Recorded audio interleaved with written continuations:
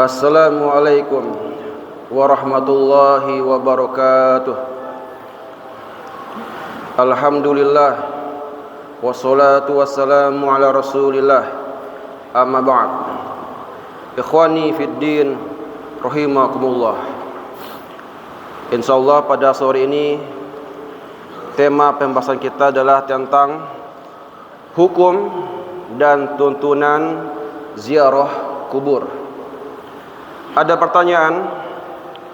Yang pertama, apa hukumnya ziarah kubur bagi laki-laki dan perempuan? Yang kedua, jika dibolehkan bagi laki-laki dan perempuan, apa yang mesti dilakukan ketika ziarah kubur? Baiklah, kita jawab dengan fatwa tarjih Muhammadiyah.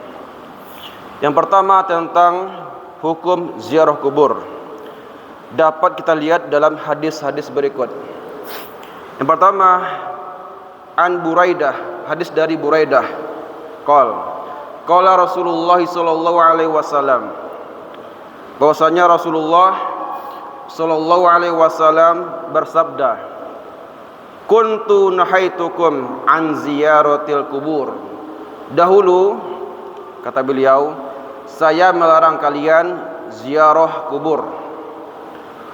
Faqad uzina li Muhammadin fi ziyarati qabri ummih. Dan sekarang sungguh telah diizinkan kepada Muhammad bin Abdullah untuk mengunjungi kuburan ibunya. Fazuruha fa innaha tuzakkirul akhirah. Maka hendaknya kalian berziarah kubur, karena sesungguhnya dapat mengingatkan kepada kampung akhirat. Hadis ini dari rawahu Muslim wa Abu Dawud wa Tirmizi wa Ibnu Hibban wal Hakim. Hadis ini dari Muslim, Abu Dawud, Tirmizi, Ibnu Hibban dan Al-Hakim. Hadis kedua tentang ziarah kubur.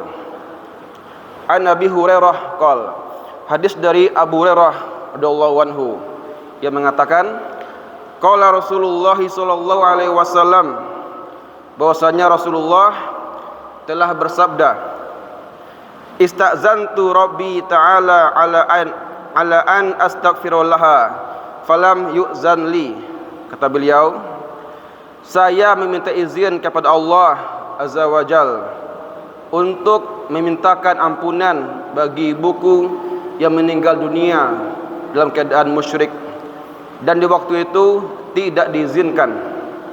Fasta'zantu an azura qabraha fauzina li.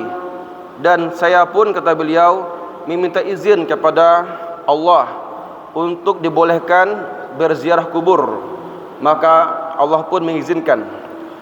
Fazurul kubur fa innaha tuzakkiru bil maut. Hendaknya kalian ziarah kubur, karena sesungguhnya ziarah kubur dapat mengingatkan kepada kematian. Rawahul Jamaah. Hadis ini dari Al-Jamaah. Dari hadis-hadis ini dapat diketahui bahwa pada awal Islam, karena waktu itu dekatnya dengan zaman jahiliyah, ziarah kubur sempat dilarang oleh Rasulullah sallallahu alaihi wasallam, karena beliau khawatir ziarah kubur menjadi sarana untuk berbuat syirik. Namun setelah waktu berlalu dan dirasa iman-iman orang setelahnya telah menjadi kuat, maka ziarah kubur dibolehkan. Hal itu juga dikarenakan ada manfaat yang besar bagi orang-orang yang ziarah kubur, karena dapat mengingatkan kepada kematian yang pasti mendatangi kita semuanya. Dan anjuran ini ditujukan secara umum, ya, kepada seluruh umat Islam, baik laki-laki dan perempuan. Jadi tidak ada larangan bagi perempuan untuk ziarah kubur. Yang kedua, mengenai amalan apa saja yang mesti dikerjakan ketika ziarah kubur. Yang pertama adalah hendaknya kita meluruskan niat, ya. Dan niat merupakan bagian terpenting dalam amalan. Disebutkan dalam hadis dari Umar bin Khattab radhiyallahu anhu yang mengatakan Rasulullah sallallahu alaihi wasallam bersabda, "Innamal a'malu binniyat." Sesungguhnya semua amalan tergantung dengan niat. Wa innama likulli imri'in ma nawa. Dan sesungguhnya setiap orang hanya mendapatkan balasan sesuai dengan yang ia niatkan.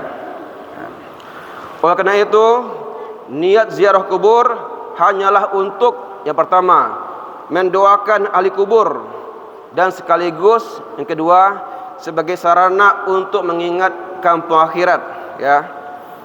Kemudian yang kedua tentang tuntunan ziarah kubur. Yang kedua adalah mengucapkan salam kepada seluruh ahli kubur ketika memasuki area perkuburan. Apa dasarnya? Yaitu hadis dari Aisyah radhiyallahu anha qalat, yang mengatakan, "Kullama kanat lailatuha min Rasulillah sallallahu alaihi wasallam yakhruju akhiril laili ilal baqi'."